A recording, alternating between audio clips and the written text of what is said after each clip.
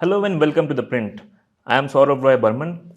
The great Indian election season is here and we are in Assam, among the states which are headed to elections.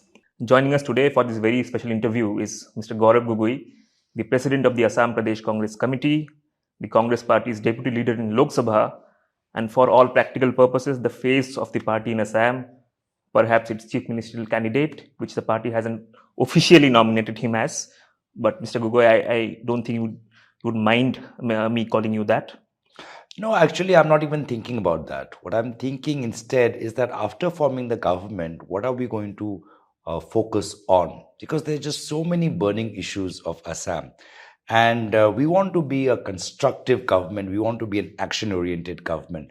And we really have a lot of expectations on us from the people of Assam. They expect us to clean up the dirty politics that has been practiced for the last 6-7 years. They expect us to clean up the fiscal mess that this government has landed us in.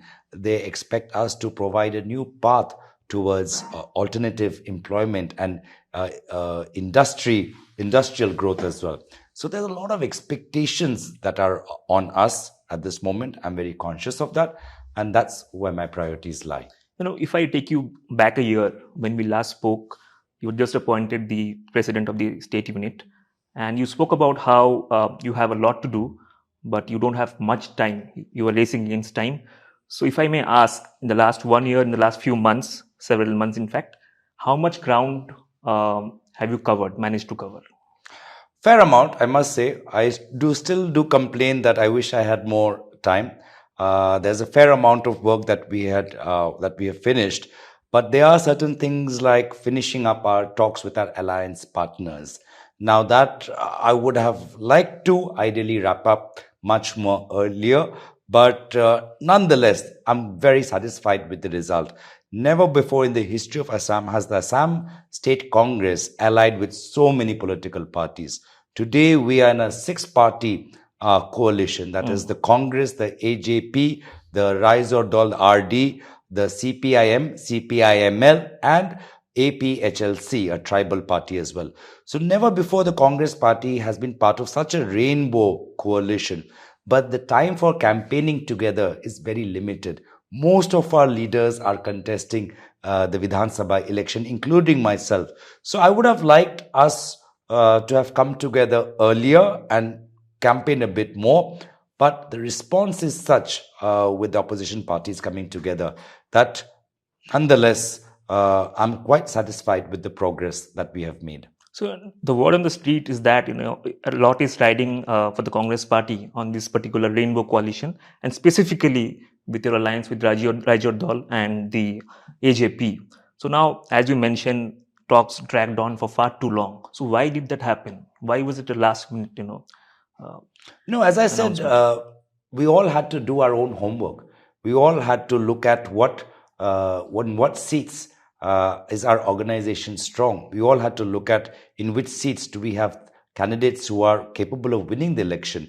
They had to do their homework. They had to do their groundwork. And of course, before even deciding where we are strong, we have to do a little bit of organizational building work as well. You have to make, even if it's a seat where the Congress party organizationally is not up to the mark, instead of just giving away the seat to an ally partner, you have to lift up the organization so that even if you give away that seat, your organization will be able to transfer its vote.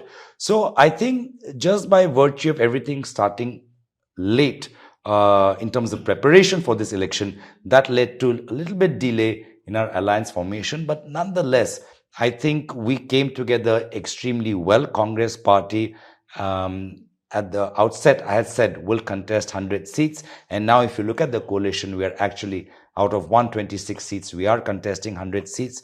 And I must compliment my AICC leadership, the way they have supported us. It's not so easy to understand the complexity of Assam politics, the small parties, where they are strong, where they're not that strong, how we complement each other. So they've really supported us. Priyanka ji, our in charge, Jitendra Singh ji, Rahul Gandhi ji, Mallikarjun Kharge ji, Kesu Venugopal ji, they really, as you said, in a short time, they have supported us in order to form this multi-party rainbow coalition. We'll talk about AICC in a while. Staying on the topic of your coalition again. Now, there's a lot of chatter about three Gogois coming together. For the first time in the electoral history of Assam. You yourself, Akhil Gogoi and Lurin Jyoti Gogoi, from very different backgrounds, very different political trajectory. Now, why is this so significant? What is exactly the import of this movement? I'm the first one to have made that remark, but I made that remark 5 years ago, in 2021, when both the Raizo Dol and the Assam Jatiya Parishad had just entered the political arena. They were formed in the run-up of the movement against Citizenship Amendment Bill, later the Citizenship Amendment Act. And at that point, I had said that, had our three parties come together, we would really do well in the state elections. We were already in talks and we had formed a coalition with two other parties at that point of time. One tribal party, the BPF, and one party, the AIUDF at that point of time. And I had said that if these two also join us, then we would have really formed the government. And exactly that was what the result showed, because we were short by 18 or 20 seats in terms of forming the government. And when you look at those 17, 18 seats, where would they have come from? They would have come from those seats where Raizo Dol, Assam Jatiya Parishad Dol put up a candidate, got somewhere between 7,000 to 9,000 votes, and as a result, Congress lost 17, 18 seats. So I was a proponent of our party coming together back in 2021 itself. I had seen the potential of our alliance, and I'm glad that 5 years later, what I had envisioned then, we managed to come together. Because if you look at the trajectory of these three parties, we are a party that believes in a nationalist ideology, nation first, India first. What Assam Jatiya Parishad, they come from the regional politics, from that stream of politics. And the trajectory of Akhil Gogoi is from the left stream of politics. So we complement each other, and that's what a coalition should do. It should complement each other. And I think that's why people are so excited about this coalition, because they see us complementing each other and see, therefore, a broader, stronger, effective opposition. So in a sense, for the Congress party in Assam, so Upper Assam remains your focal point of your campaign, of your maybe hopes? Well, Upper Assam and North Bank is where the Congress party had in the past done very well. But not in the last two elections. When Congress was doing well, it was essentially in these districts of Assam where they were doing well. In fact, even when AGP was in power in the state, it was this part of Assam that we had really done well. And if the other two parties are also, their leaders are from this part of Assam. So we do feel that, yes, if we complement each other, we have a great chance of taking a huge chunk of seats in which they are currently BJP MLAs, and we'll be able to take that and make sure the opposition vote stays united and end up doing well in the elections. The moment the All India Congress Committee announced you as the next president of Assam, that very moment the Assam elections became became a clash of two very strong personalities, Gaurav Gogoi versus Himanta Biswa Sarma. And we have seen Mr. Sarma make very intensely personal remarks and personal attacks on you. And you have also shot back, you have raised allegations of corruption against him. So what do you make of this very intense, personality-driven election contest, which is perhaps happening for the first time in the history of Assam? No, I wouldn't say that. I think Assam has always had personality-driven politics, has had a huge role to play. I think the personality of my late father, Tarun Gogoi, had a huge impact on state politics. Prior to that, the former chief minister of AGP, Prafulla Mohantaji, his personality had a huge impact, and so did former Congress chief minister Shri Hiteshwar Saikia, late Hiteshwar Saikia, also. So it has played a part if one is a student of Assam politics. But what I see is that, there's a very different level of attacks, if you want to call it that, between what Himanta Biswa Sarma is saying and what I'm saying. What he is saying is some wild theory that exists only in his head. And his theory relates to national security. So something as serious as national security is being peddled as a wild, factless theory in Himanta Biswa Sharma's large scheme of things. And what we are saying about his family, his wealth, the corruption, the benefit that government machinery is giving to his wife's companies, that's for everybody to see. That's well documented in the media. Many stories have been published on this front. There have been people who are fighting cases in court on this front. So there's a whole list of public documented evidence, media reported evidence. So where you see fiction in his case, you are seeing facts which are being supported by both the media and by the cases in the court. Has that affected you personally, if I may ask you? Because he hasn't spared your children either, not your wife, not your children. So how has that affected you as a family? Well, it has made us stronger because only in times when the going gets tough, the tough get going. So it has made us stronger. It has made us realize that, what a strong family we are. It has made us realize that everyone is strong, including my wife, for having taken these kind of personal attacks is very strong. So it has only made us appreciate each other's roles and value systems that much more. And it, in a way, kind of exposes the weakness of Himanta Biswa Sharma. It kind of reveals too much about what he perceives as a threat from the Congress party, or what it reveals too much about his own hidden insecurity, and it reveals too much about the depths he's willing to go in order to, sling mud. Like, as I said, to portray something as serious as national security. National security should be above politics. National security, if you're making a statement, especially a chief minister, if he's making a statement on national security, should be making a statement with weight, facts, and gravitas. None of that is seen in Himanta Biswa's statement, and just shows the desperation that he would use national security in such a wild, factless, and in a demeaning manner. You feel you have placed enough facts in public domain to counter this narrative, or do you feel there is a perception, there is a strong perception that you have been a little evasive on this question? You haven't really tried to counter these allegations. Of course, you were calling them wild, but have you done enough? Have you placed enough facts on public domain that yes, my wife was there, she was working in her personal capacity, but I mean, there is nothing sinister involved? Well, we have done countless interviews and we have answered countless questions. I too would like to see one question being answered by the Chief Minister when it comes to our points related to his wife getting the benefit of public money. Why are taxpayers' money being funneled to his wife's private channel? Why are taxpayers' money being allocated and sanctioned for his wife's company? Why are certain regulations, land-related regulations in a district in Majoli, why are they being stalled so that his wife's firm can buy land there? These questions don't seem to get answered by him, and that's why I think he's evasive while I'm taking these questions head on. You have your workers on the ground. So now you have raised these questions repeatedly over the last few months in several press conferences, as you said. Do you feel these issues really resonate? Is it resonating among the people of Assam that the CM is corrupt?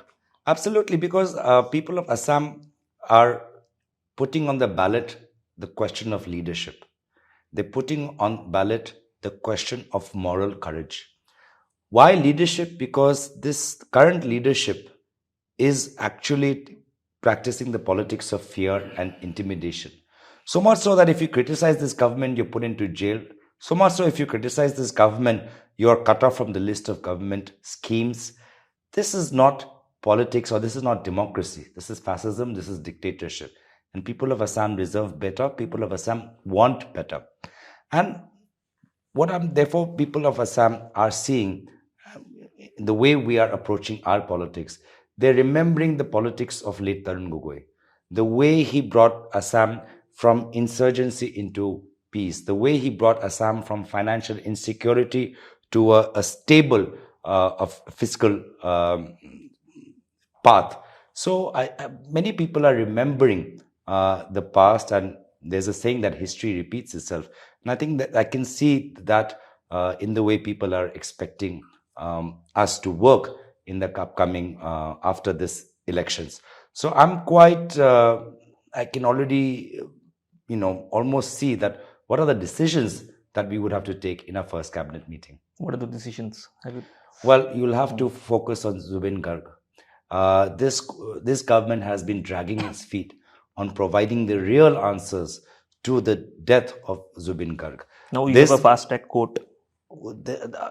Still, if you look at the role of the public prosecutor, if you look at the family, if you look at the way they have been talking about, the pace of it, the entire legal fraternity in Guwahati is unhappy with the entire investigation. They have been asking a lot of questions.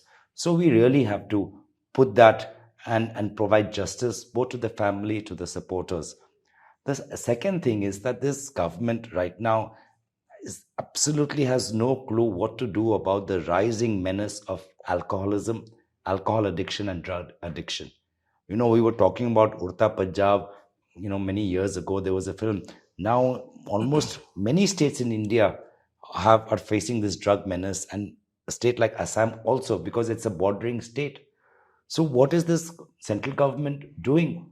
Why is there such an influx of smuggled goods coming from Myanmar? So you really have to work with the central government on this. And that's something that we want to do, that there should be no smuggling across the border, and those goods should not either come into India or leave from India. And the third thing is that the governance, our main workforce, our government delivers health, education, and many public goods, but it delivers that through a government machinery. It delivers that through an army of government officers and junior assistants and junior engineers and third grade, fourth grade staff. But the entire government workforce right now, their motivation levels, their performance levels is quite low, because the only thing they are being pressed on by this current leadership is how to take more commissions. Only money seems to be the concern. So how to take that workforce and make it much more productive, progressive, that's going to be our aim, so that we are able to deliver our work better to the public. You spoke about Zubeen Garg, but we saw the last 2 days, the BJP has really tried to corner you by playing up visuals of a Congress worker kicking on a portrait of the singer, the late singer. So, people of Assam, remember what Zubeen said about BJP in the last few months, in the last 1 year. Now, I don't need to say that because I don't want to politicize Zubeen too much. It's not fair to his family, it's not fair to Zubeen, and it's not the kind of politics. So BJP might try and do whatever. We have taken action against that person. But what Zubeen said about BJP, that everybody remembers. And there are some words which are extremely unparliamentary that I can't even repeat in this interview. Those are the words that he used for BJP. So people remember that and understand how Zubeen's value system is so different from Himanta Biswa Sharma's. Mr. Gogoi, Himanta Biswa Sharma has also taken really polarizing positions on identity and faith, and we have seen that over and over again.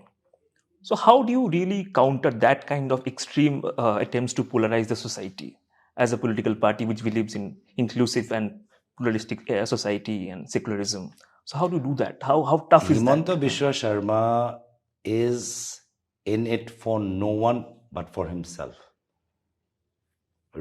In tribal 6 scheduled areas, close to 40,000 bighas, which is, I don't know in acres how many it is, but many thousand acres of land protected under the 6th schedule of constitution has been overnight signed over to the big corporate interests who largely back the BJP. So he's not there for the tribals. The tribals are protesting. In fact, a minister who opposed this decision in Dima Hasao, a highly educated woman, Joined you. she was, her ticket was cancelled just because she raised her voice against this. He's not in there for the indigenous communities. The indigenous communities want scheduled tribe status. The indigenous communities want their lands to be titled. Their land titling remains incomplete. And what has he done? There are bigas and bigas, acres of land which are in his family's name, but the landless remain landless, and the indigenous people remain without land titles. And those communities who are asking for a ST status, he himself is opposing it, says, no way will it be done before the Vidhan Sabha elections. Is he in there for the Bengalis? Our Bengali people are citizens of India. And today, under the Citizenship Amendment Act, whose strongest advocate is Himanta Biswa Sarma, they have to prove themselves, they showcase themselves as Bangladeshi. The problem of de-voter remains huge amongst the Bengali voters. The Gorkha community, the Bhojpuri community, they feel that they have not been adequately protected. So religious minority, they feel that they have been targeted and only for their religion, for which there are cases going on against this chief minister in the Guwahati High Court. So he's in it for no one. He's in it not for the tribals, indigenous, the tea workers, any of the minority groups, whether religious minority groups or linguistic minority groups, and people of Assam are very well aware of that. He has also made this campaign against illegal, so-called illegal infiltrators from Bangladesh, people of Bangladeshi origin, Bangladeshi Muslims, the drive to evict them. So he has made this the centerpiece of his campaign. Given a situation where the Congress party comes to power, what exactly is going to be your position on this? Because for long, this particular issue has really animated the Assamese society. There is genuine anxiety about people from Bangladesh crossing over and encroaching upon land. So, what is going to the policy of the future Congress government? How many have they deported? How much fencing have they done? Every day we are reading some news reports of some person in the BSF getting arrested with loads of money. What is the border security force doing? Those who are responsible for protecting our borders. What happened to the NRC, which was to be an enumeration of people who have entered Assam illegally? That exercise remains incomplete. Yes. So the BJP talks a lot, but does even less than what the Congress has done. Congress might talk less than the BJP on this issue, but has done more. During UPA, Dr. Manmohan Singh ji's tenure, we deported far more illegal Bangladeshi people who entered India than what Pradhan Mantri Modi ji has done. During Congress, we have done much more in terms of border fencing than what this government is doing. During UPA, we done more on making the NRC a foolproof system, but today the NRC remains inaccurate. So our aim is to solve, as you said, address the anxieties by real work, not by talk. Himanta Biswa Sarma only talks. We want to work and address these anxieties. In fact, in one of the social media campaigns of the BJP, you were depicted wearing a skull cap, and a bullet was actually shot at you, towards you. And so we have also seen how the Congress party has tried to very consciously steer clear of the AIUDF, your previous alliance partner. So was that a part of the strategy to not come across as pro-Muslim and to basically to blunt that narrative of the BJP? The AIUDF is a friend of Himanta Biswa Sarma. He's claimed that in media, that he is on very good terms with the AIUDF President Maulana Ajmal Sahab. Right now, there was a Rajya Sabha election, and the BJP took the help of AIUDF MLAs to get the third candidate on Rajya Sabha elected. So AIUDF is very aligned with BJP, and his BJP's B team, everybody knows. Now those AIUDF MLAs who are very close to Himanta Biswa Sarma, they are now part of the NDA. They have joined the AGP. So, going back, you were talking about how Himanta Biswa Sharma talks a lot on Mia politics, but AIDF is best friend. AIDF MLAs are necessary for Rajya Sabha vote. AIDF MLAs get a political extension when they are made to join the NDA. AIDF politics is actually being targeted by the Congress party. The Congress party defeated the AIDF president in last Lok Sabha by a margin of 10 lakh votes. The Congress party is reducing the AIDF base in Assam by by creating political awareness and consciousness amongst the voters. The BJP is trying to give a lifeline. If they are so against this Mia politics, as they say, then why is AIDF such an important ally, secret ally, and now an open ally? Now that the MLAs, you will see there's MLAs working hand in hand with Himanta Biswa Sharma. So this kind of hypocrisy, people of Assam are very much aware of, and hypocrisy is something which comes very easily to Chief Minister Himanta Biswa Sharma. So you are not wary of any split in the minority votes? We have, as I said, formed a rainbow coalition. I am not concerned. I don't see any split in the anti-BJP vote because of the coalition of like-minded parties that we've done and the way we have adjusted each other's seats, the way we have complemented each other. I don't see a division in the opposition vote. Mr. Gogoi, if I may ask you, why could you not retain two of your tallest leaders, Mr. Bhupen Bora and Mr. Pradyut Bordoloi, in the party? You were the state chief. So, what happened? Well, you have to ask them. Why did they go to BJP? I mean, they were staunch critics of the BJP. You might be unhappy within the Congress. They're saying they were humiliated, they were feeling suffocated. That's fine. I agree. Why go to BJP? Why not stay in the anti-BJP camp? Raizo Dole offered Bhupen Boraji presidentship.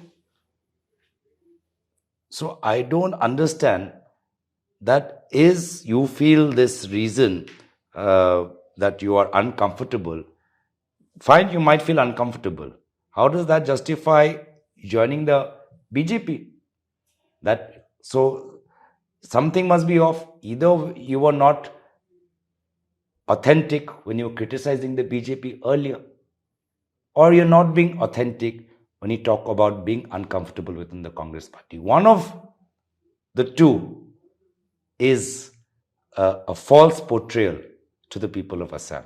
Either your opposition to the BJP or your claims about being uncomfortable within the Congress party. Time will tell. But as a result of what has happened over the past few weeks, the Congress party has actually become stronger. How? The district where Bhupen Bora is from, we went there. A person from AGP joined us, an AGP treasurer joined us. And now that Lakhimpur district has just, there's a spark which has been lit amongst the Congress party and the workers there. If I go on the ground, I see Congress party much stronger. Even if I look now at the Congress party where we are, even after some people left and some people joined, I think the Congress party wears a much newer, fresher, stronger, vibrant, progressive look than what it had earlier. The amount of first-time candidates, the amount of youth candidates we have on this list, I think many people are saying that the Congress party looks very good and seems to be on the right track. You know, there was a time when Mr. Sharma used to boast about the fact that he has certain moles in the Congress party and internal discussions of the Congress party often reach him. So you feel people like Mr. Bora and Bordoloi were those moles, those agents? I also have information about what he's talking to. What is that? Why is that so special? We all have. You also have. You don't know what's happening in BJP. You also have your own access to different political parties. I also have. Every journalist has access to different decisions. I also have. What is this big hype that you're creating? I mean, again, these are such flimsy things to say. What are you trying to portray? We all know many things about each other. So I think, this false Chanakya Niti that he's trying to portray, I think this is, for me, is quite flimsy, quite weak. You take the ruling party protection away from Himanta Biswa Sharma, his politics would collapse. He can only do politics. If he's such a strong politician, let him do opposition politics. But that he will not do. He will switch. Whichever party is ruling, he will switch. So what kind of politician is that? That's a very opportunistic politician. That's someone who really doesn't have a political foundation or a root. If he's just going to switch tomorrow, if BJP loses, he'll again leave the BJP. So I think he's managed to make this image that he's someone who's very, he knows a lot. I don't think that. I think he's very limited. He has not performed well as an administrator. We have a 2 lakh crore debt on this state. Our human development indicators are the bottom 5 of the state. I don't think he's led the party, the BJP party, well. I think the BJP party is now all full of, Vajpayee Bhavan is full of old Congress people. So much so people say this is not a BJP versus Congress. This is a Himanta Congress versus the Congress that follows the values of late Tarun Gogoi. It's not even BJP. BJP is no longer in the picture. He is not a good ally. The AJP is finished. UPPL, his tribal parties, he uses and throws them when he likes. So I find that person very limited. You little bit of money and little bit of poaching. That's about it. The same today. You said he's taken Bhupen Bora, Pradit Borla. During my Lok Sabha, he took some people who were known to be close to me. But people still voted for us. People of Assam do not consider too highly of him. People of his leadership has become a weak point for the BJP and the main reason for why the Congress will come to power in the next election. My last 2 questions too before I wrap up. What is the big vision that you have as the future leader of Assam? The big vision is that power should again go away from the king, which Himanta Biswa Sharma thinks he is, and flow back to the people. After all, it is a government for the people. Today in Assam, it is no longer a government for the people. The entire government machinery is for Himanta Biswa Sharma and his immediate family. We want to make it a government for the people. It also says a government of the people, by the people. Today, this government is being dictated by big corporate interests and by big contractors. The government's priorities are not being dictated by public priorities. It's not being dictated by the public.